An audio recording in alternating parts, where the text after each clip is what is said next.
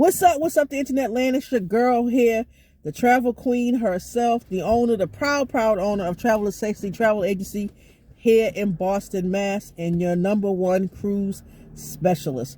Again, what's up, guys? It's been a long time since I've done a video, but I want to come to you today and shoot and talk about my experiences on the newest ship by Sir Richard Branson, the new Virgin Voyages, that I just got back from maybe now about a week ago. So I'm actually going to break this video up into a couple of days. It's a lot of information, and so I want to try to keep these videos short. So there'll probably be in total maybe about 5-6 videos again, but want to make them short. But we want to get in depth about what my experience was and what yours will be once you sail this amazingly beautiful ship. All right, so we're going to talk about day one, but before we get started with day one, we're going to talk about what we did prior to the cruise. All right, so as anyone can imagine, I went in and I actually booked this cruise for myself, and then things start to happen. You know, the process starts to happen. One of the things that you have to do for normally for any cruise is to download the app. So yes, Virgin Voyages, like any other cruise line, has their own app. You put in some information, you log in, and now you can see your cruise information, and there'll be some documents that you need to start to fill out. Now, in the olden days, when I first started cruising, we used to actually get the cruise documents in the mail. But now with technology, everything is usually through the app or through an email that is sent to you. But again, everything's on the app. So now you will log in. Again, you will see the information. We had to, for this particular cruise, we had to take our own picture so that we could upload it so it could be uploaded into the system. We also had to just take our passports and just scan the bottom of it so that they could read the code to make sure that we had a valid passport. This was all prior to even heading out to Miami. The Scarlett Lady leaves out of Miami, Florida. So we did that. We took care of all the paperwork. You know, you can go in and set up your account online. You can pay for your bar tab in advance, and we'll talk more about that in a later video. So you can do all these things, what you should do prior to sailing. All right, so our cruise ship left on we left on a Friday. Cruise ship left out on Friday, but I actually flew out Thursday, which was actually Thanksgiving. This was a Thanksgiving cruise. So this was actually something new for me, traveling and spending the holidays at sea, something I've always wanted to do and was able to do with this cruise. So one of the things that I like to do is always leave the day before a cruise. I do that for a couple of reasons. Normally, simply because anything can happen the day of. And if you are late to your ship, they sail without you. Let me say that again. If you are late to your ship, they sail without you. So I like to make sure that I give myself more than enough time and simply leave the day before. Now, yes, that does incur another cost, you know, for staying at a hotel for the night before, but trust me, it is totally worth it. And as I stated in my book that I wrote, the guide to cruise, the ultimate guide to cruising, you know, if you plan your things out ahead of time, then you clearly know what monies you need to have. You still can have a great time, an amazing cruise, and an amazing experience. You just have to do a little bit of planning. So if you can, if it's at all possible, leave the day before. That leaves so much more room should things happen with your plane or whatever the case may be, or you get delayed. You don't have, you know, you're not on edge about maybe missing that cruise ship the day of. So try to always leave the day before. So again, before we actually get into the cruise, we're going to talk about traveling. So again, this was really my first time traveling on a holiday. And I actually, as you heard me say, I left Thanksgiving Day. And I have to say, again, I'm from Boston, and I know the airports, any airport, but Logan Airport here can be crazy. When I tell you we had the smoothest transition, I've never gone anywhere into the airport and just got in and out and through TSA. So let me tell you about it. We get in, we decided to check, we paid to check our bags. We wanted to check our bags. We did that. There was nobody at the counter, so we just pretty much walked right up. Got checked in, did all of the other good stuff, and then we headed over to TSA to go through that process. We were the line, guys. That was it. There was nobody else in line. So we were able just to kind of go right through and get screened and come out. And then we just kind of hung out in the airport until it was time for us to leave. So again, that process was easy breezy. Maybe it was the time of day that we left. Maybe we hit it at the right time and we missed all of the traffic. But again, we were able to just go through, check our bags, go through TSA, probably in less than maybe 15-20 minutes. That's how easy and simple that was. So that was pretty much before the cruise. So once our plane boarded, we headed out. Again, I left the day before, stayed at an amazing Marriott hotel at Biscayne Bay in Miami, had a beautiful balcony. So we're just able to enjoy the day, prior to sailing.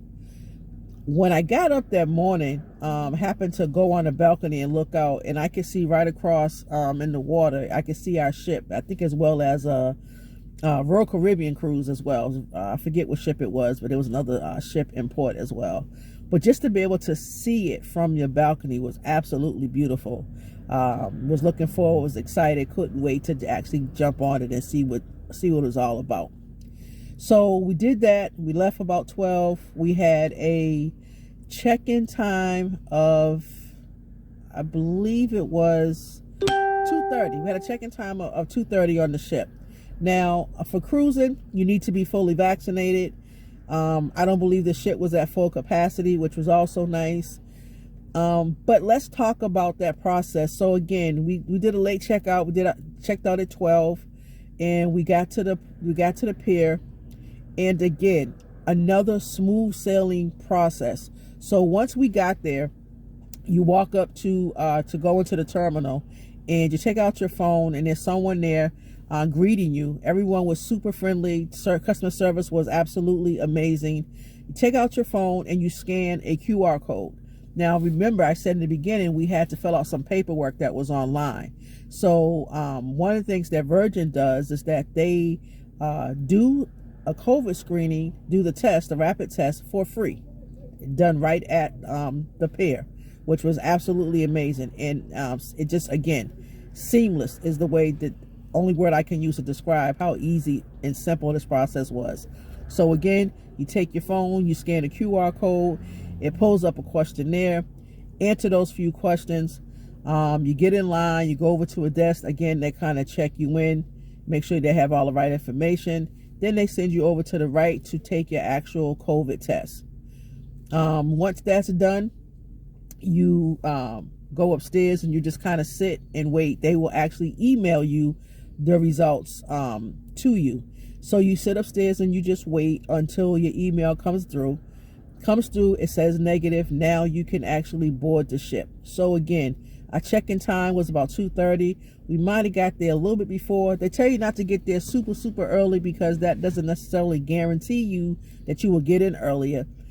So we tried to get there more scheduled on time. So I'm going to say we got there maybe about 2:15, maybe.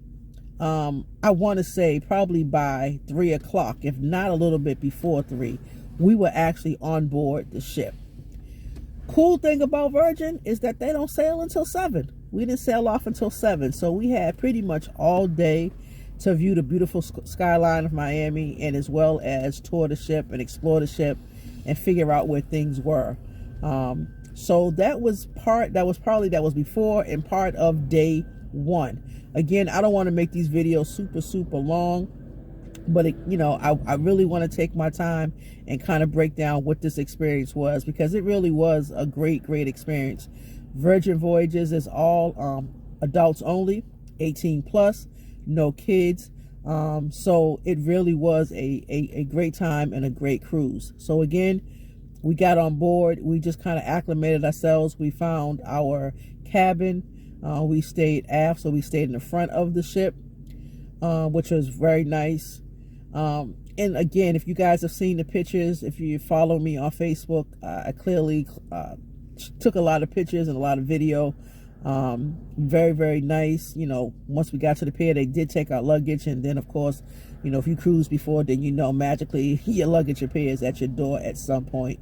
But even in that process, once we got to our cabin, literally we were getting ready to go out, and we opened the door, and my sister's luggage was there, and actually our cabin steward, whose name was, believe it or not, Tupac, was in the hall, him and another female, and they actually had my luggage. So again, probably by no later than 3:15, we both had luggage, our luggage in our cabin. So again, the transition was simply real smooth. You know, things just really, really moved. There was a lot of things that Virgin got right with the whole embarkation process. Just really made things really super simple, super easy. And as long as things were filled out, you took your picture, you know, again, you went through a check-in process once you got there. But again, everything just ran smooth. So that was kind of that's kind of day one. Again, we walked around. We had dinner plans that evening.